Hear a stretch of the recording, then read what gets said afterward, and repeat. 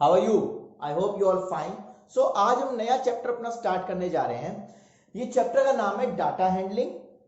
Chapter का नाम है डाटा हैंडलिंग, बट छोटी क्लास में आपने इसको पढ़ा होगा पिक्टोरियल रिप्रेजेंटेशन के नाम से। छोटी क्लास में क्लास थर्ड और फोर्थ में आपने इसका नाम पढ़ा होगा पिक्टोरियल रिप्रेजेंटेशन या फिर डाटा रिप्रेजेंटेशन, और इधर है डाटा हैंडलिंग। डाटा हैंडलिंग या फिर पिक्टोरियल रिप्रेजेंटेशन या फिर डाटा रिप्रेजेंटेशन का मतलब होता है बेटा कि चीजों को अरेंज करना। मान लीजिए आपके घर में बुक्स ऐसी फैली हुई है, उसको आप क्या करोगे? अरेंज करोगे। कैसे? मैथ्स की बुक एक साथ रखोगे, साइंस की बुक एक साथ रखोगे एंड इंग्लिश की बुक एक साथ रखोगे। तो किसी चीजों को अरेंज करके रखना, उसी को बोलते हैं data handling, arrangement of the things. ठीक है, सिस्टमैटिक वे में चीजों को अरेंज करके रखना, उसी को बोलते हैं डाटा हैंडलिंग। ओके, अब उसमें बहुत सारी चीजें आती हैं। ठीक है, अब हम सबसे पहली चीज क्या देखने जा रहे हैं? टैली मार्क्स और फ्रीक्वेंसी क्या होती है। टैली मार्क्स और फ्रीक्वेंसी क्या होती है? चलिए एक क्वेश्चन देखते हैं, उसके अकॉर्डिंग सॉल्व करते हैं। मान लीजिए आपको एक डाटा दिया है स्वीट्स का। एक शादी, मान लीजिए दिवाली थी, दिवाली में स्वीट्स आए बहुत सारे। तो स्वीट्स का डाटा कलेक्ट करते हैं रैंडमली। पहले rasgulla RAS, Laddu LA, RAS LA, और सोन पापड़ी, फिर लड्डू, फिर रसगुल्ला, फिर लड्डू, फिर लड्डू, फिर सोन पापड़ी, फिर रसगुल्ला, फिर लड्डू, ऐसे ये हो गया डाटा। तो रसगुल्ला लड्डू रसगुल्ला, एक आदमी ने पहले आपके घर में आया रसगुल्ला, फिर लड्डू, फिर रसगुल्ला लड्डू, फिर सोन पापड़ी, फिर लड्डू, फिर रसगुल्ला, फिर लड्डू, फिर लड्डू, फिर सोन पापड़ी, फिर रसगुल्ला, फिर लड्डू, ये लोगों ने दिया। अब आप इसको सिस्टमैटिक वे में अरेंज करेंगे। क्या करेंगे? सिस्टमैटिक वे में अरेंज करना। कैसे करते हैं? सबसे पहले आप एक टेबल बनाइए। चलिए बना ली। कभी कभी क्या होता है, आपको ये टेबल बनी बनाई मिलती है, इसके अकॉर्डिंग क्वेश्चन सॉल्व करने होता है। बट मैं टेबल बनाना भी आप सिखा रहा हूं। अगर आपके क्वेश्चन में टेबल नहीं बनी है तो कैसे करते हैं? चलिए, हमने 3 कॉलम बना ली। Thank you sir. हमने एक हॉरिजॉन्टल रो बनाई, इसमें लिखा किसके बारे में बात हो रही है? स्वीट्स के बारे में। तो यहां स्वीट्स लिख दिया। ये हो जाएगी फ्रीक्वेंसी और ये हो जाएगा टैली मार्क्स। अब देखिए, हर एक क्वेश्चन में फ्रीक्वेंसी और टैली मार्क्स कॉमन रहता है। फ्रीक्वेंसी और टैली मार्क्स की जो हेडिंग रहती है वो कॉमन रहती है। हर एक क्वेश्चन में फ्रीक्वेंसी और टैली मार्क्स की जो हेडिंग रहती है वो बेटा क्या रहती है? कॉमन और सेम रहती है। जब कॉमन और सेम रहती है तो ये बदलता है। कभी यहां पर नंबर ऑफ स्टूडेंट आ जाएंगे, कभी यहां पर बुक्स आ जाएंगी, कभी यहां पर स्वीट्स आ जाएंगे, वेजिटेबल्स आ जाएंगे, तो बहुत सारी चीजें आ सकती है। बट ये 2 कॉलम क्या रहती है?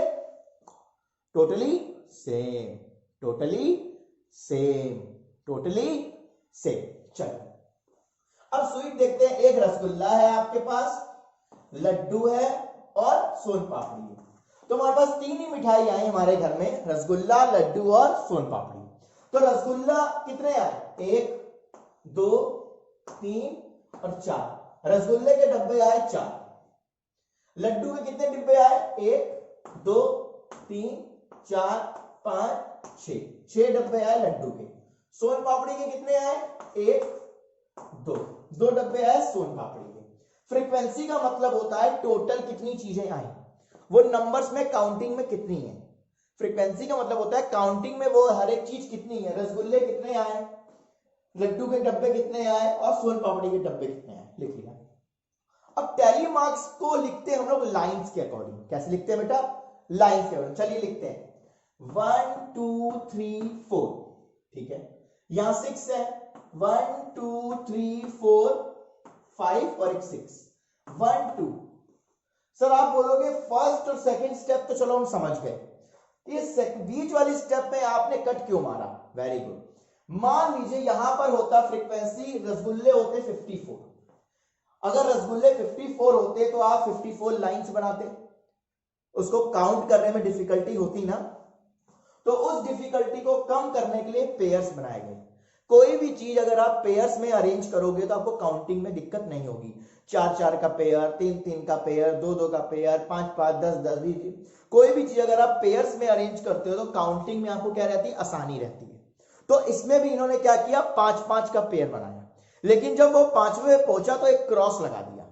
इनका ये टेलीमार्क्स का स्टाइल था कि जब वो 5वें नंबर पे पहुंचेगा तो क्रॉस लगा देगा। तो मान लीजिए यहां पर 4 थे, रसगुल्ले के डब्बे 4 थे, तो 1 2 3 4, 1 2 3 4 हो गया, ठीक है।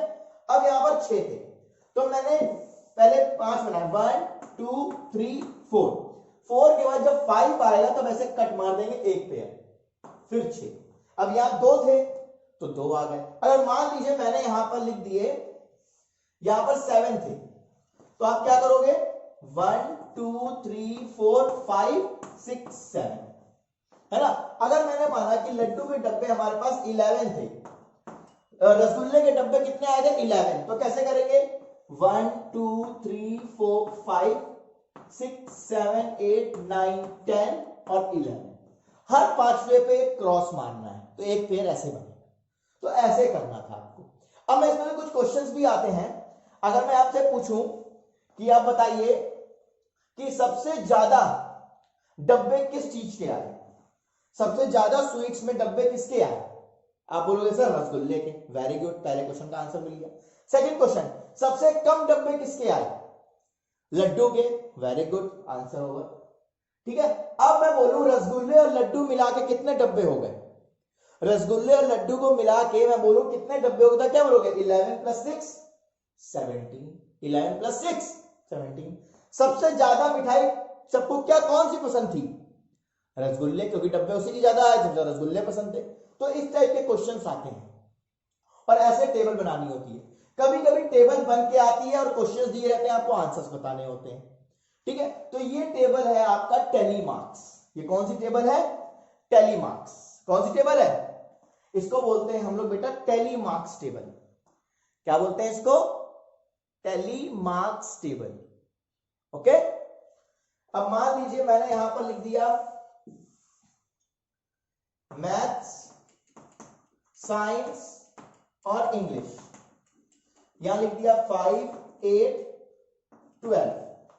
अब मैं टेलीमार्क्स बना रहा हूं, तो 1 2 3 4 5, 1 2 3 4 5 6 7 8, 1 2 3 4 5 6 7 8 9 10 11 12 हो गए।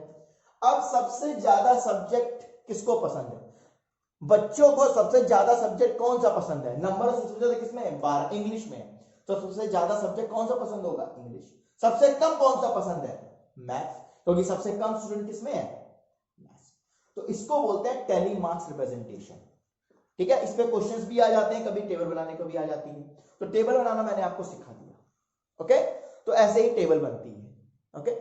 अब नेक्स्ट क्लास में हम लोग देखेंगे बेटा कि पिक्टोरियल रिप्रेजेंटेशन कैसे होता है, पिक्टोरियल रिप्रेजेंटेशन कैसे होता है।